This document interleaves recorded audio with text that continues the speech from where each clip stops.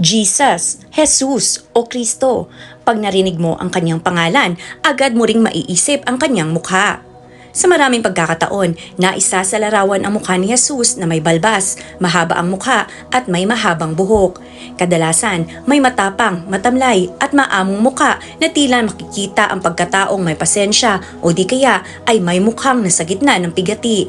Ano man ang itsura ni Jesus, kahit sa isang taong hindi reliyoso ay mayroong personal na pagsasalarawan ni Jesus sa kanyang imahinasyon. Ngunit saan nga ba nagsimula ang pagsasalarawang ito?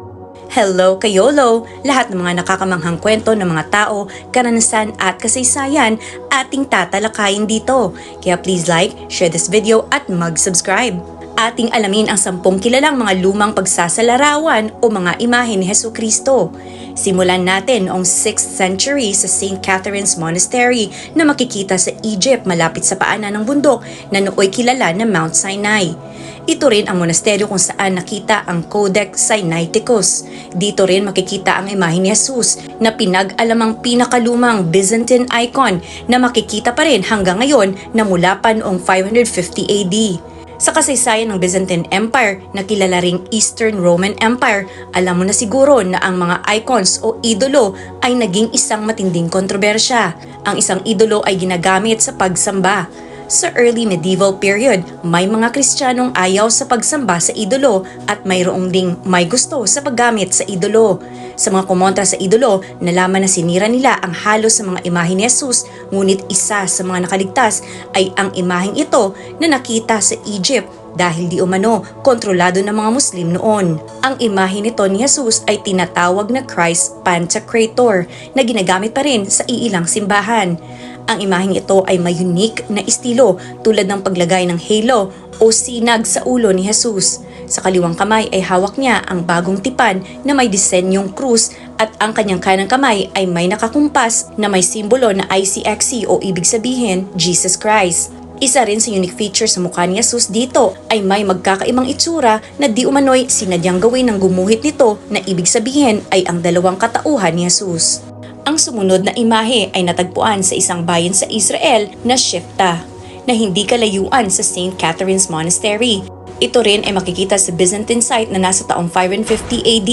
Pero ito naman, medyo kakaiba sa unang imahe na ipakita ko dahil ang imahe ay halos sira at ang simbahang ito ay sira na. Nadiskubre ang imaheng ito noong 2018. Makikita nyo na halos hindi na ito klaro, pero kung ito ay ma-zoom at lagyan ng mga linya, makikita na walang balbas ang itsura ni Jesus na siya naman ay may maikli at kulot na buhok. Ang kasunod na imahe ay mas luma ng 100 taon. Ito ay natagpuan sa Mausoleum of Galla Placida sa Ravenna, Italy. Si Galla Placida ay anak na babae ni Emperor Theodosius I na siyang tanging emperador na ginawa ang Kristyanismo bilang opisyal na relihiyon ng Imperyong Romano. Hindi ito lugar ng kanyang pinaglibingan, ngunit isang chapel na kanyang itinayo noong siya ay nabubuhay pa lamang. Sa hilagang parte ng pasukan ng chapel, makikita ang imahe ni Jesus bilang Good Shepherd na isang pagtawag din kay Jesus sa Gospel of John chapter 10. Makikita na wala din siyang balbas at kulot ang buhok.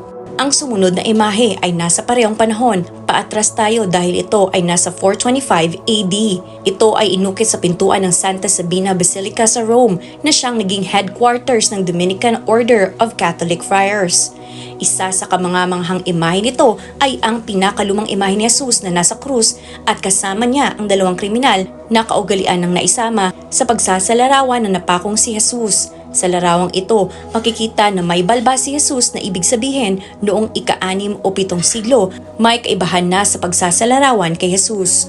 Isunod naman natin ang ika-5 o 4 na siglo na sa taong 300 AD.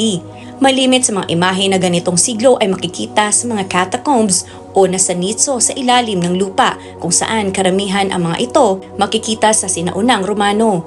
May mga sabi-sabi na ang sinaunang Kristiyano ay lihim na nagsasamba sa mga catacombs o sa takot na makulong o maparusahan. Ngunit isa sa makahulugang makikita ay ang palamuti na makikita sa mga nicho. Yung iba ay kinalimutan, ngunit karamihan ay nailigtas pa kaysa sa mga nicho sa ibabaw ng lupa. Halimbawa dito ay ang isang imahe mula sa Catacombs of Comodilia. Posible na ito ang pinakalumang imahe ni Jesus na may balbas sa taong 375 AD.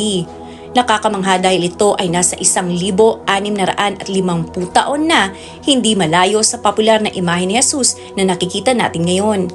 Ang mga simbolo sa gilid ng kanyang halo ay ang Alpha at Omega, ang una at katapusan, ang first and last letters ng Greek alphabet na ginagamit sa sinaunang Kristiyano na si Jesus ay mananatili magpakailanman.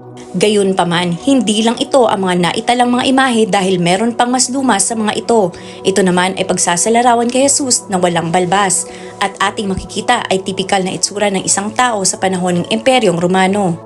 Halimbawa dito ang imahe mula sa Nitso ni Marcellinus at Peter. Makikita ang isang babae na tila hinahawakan ang dulo ng damit ni Jesus. Ang kwento na makikita sa New Testament, Mark chapter 5. Ayon sa kwento, ang babae na gumaling sa isang sakit matapos nitong mahawakan ang damit ni Jesus.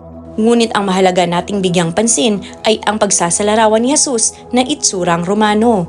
Maikli ang buhok, walang balbas at nakasuot ng tunic na may linya sa bawat gilid. Na sa isang lipunan ng Romano, ito ay karaniwan at kinikilala na ang tao ay nasa may kapangyarihan. Nakasuot din ito ng kapa o kumot sa ibabaw ng kanyang tunic na iba pa sa toga. Ang malapad na kapang ito ay karaniwang sinusuot noon na kanilang ibinabalot sa katawan.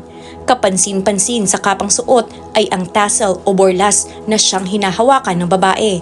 Ayon sa mga eksperto, marahil ito ay ang tinatawag na tzitzit, isang ritual tassel na sinusuot ng mga Jews. Sa ganitong pagsasalarawan ay makikita ang pagiging Hudyo ni Jesus hindi dahil sa muka o kulay ng balat kundi dahil sa kanyang sinusuot. Ngayon ay ating tingnan ang lahat ng pagsasalarawan kay Jesus sa panahon ng ika-3 siglo, taong 200 AD. Isang halimbawa ay si Jesus na binubuhay si Lazarus mula sa kamatayan. Ulit, makikita natin ang itsura ni Jesus na walang balbas at nakasuot lang ng simpleng tunic at kapa pero dito naman ay may hawak na stick o patpat.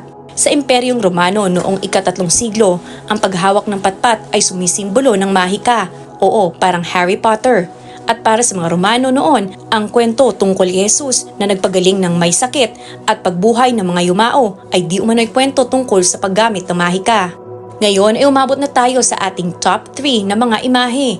Ang pangatlong pinakalumang imahe ni Jesus ay mula sa isang sarcophagus lid o kabaong na may nakasulat na mga katagang Severa in Deo Vivas.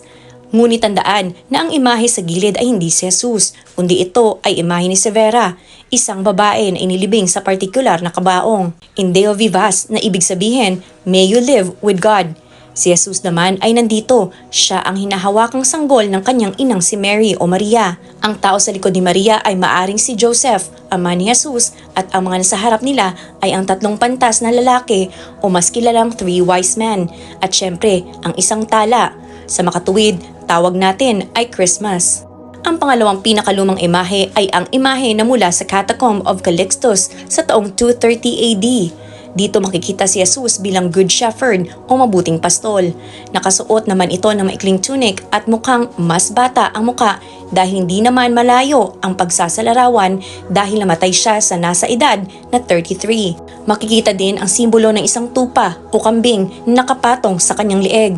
Ang simbolong ito ay hindi malayo sa pagsasalarawan ng mga sinaunang Romano at Grego dahil ito rin ang makikitang simbolo kay God Hermes o Mercury. Ngayon ay ating tingnan ang kinikilalang pinakalumang pagsasalarawan kay Jesus. Hindi tulad sa mga nakita nating imahe sa Rome, ito naman ay nakita sa Syria, sa isang nasirang sinaunang syudad na tinawag na Dura Europas. Ang Dura Europas ay isang lugar kung saan makikita ang Euphrates River, malapit sa ngayon border ng Syria at Iraq. Noong ika-3 siglo, napag-alaman na ito ay naging malagong syudad at sentro ng komersyo ng sinaunang Romano. Laking tuwa ng mga archaeologist dahil nagsilbi itong time capsule. Makikita sa Dura Europas ang pinakalumang simbahan, gayon din ang pinakalumang synagogue. Naglalaman ito ng mga artwork, kaya hindi lamang ito nagsasalarawan ng lumang imahe ni Jesus. Makikita din dito ang pagsasalarawan ng mga iba pang karakter sa Biblia tulad ni Abraham, Moses at David. Pero heto na ang kinikilalang pinakalumang imahe ni Jesus. Ang imahe na ito ay base sa kwento na naibahagi ng 3 synoptic gospels. Isang paralisadong tao na ibinaba mula sa bubong upang siya ay mapagaling ni Jesus sa kanyang sakit. Sa kaliwa, makikita na ang tao ay gumaling hawak ang kanyang higaan at sa kanan naman ay si Jesus na mukhang Romano, walang balbas, maikli ang buhok at suot ang sinaunang damit ng mga Romano. Napag-alaman ng imaheng ito ay mula pa sa taong 235 AD. Sa makatuwid, walang record ng imahe ni Jesus mula sa unang 200 taon matapos ang kanyang pagkamatay. At dyan nagtatapos ang lahat ng mga nailathalang pagsasalarawan o imahe ni Jesus sa buong kasaysayan. Ano ang masasabi mo sa mga antigong imahe ni Jesus? Comment below. Kung nagustuhan mo ang ating topic ngayon, maaring mag-like, share mo ang video sa iba at sa ulit, mag-subscribe. Hanggang sa muli.